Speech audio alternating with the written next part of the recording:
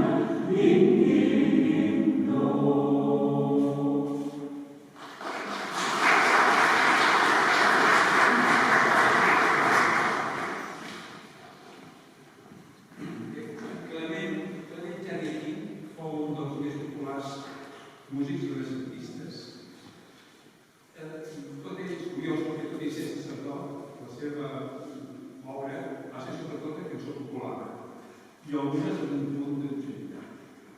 Per tant, ara que entenem de què l'autor i el Sant Mateu.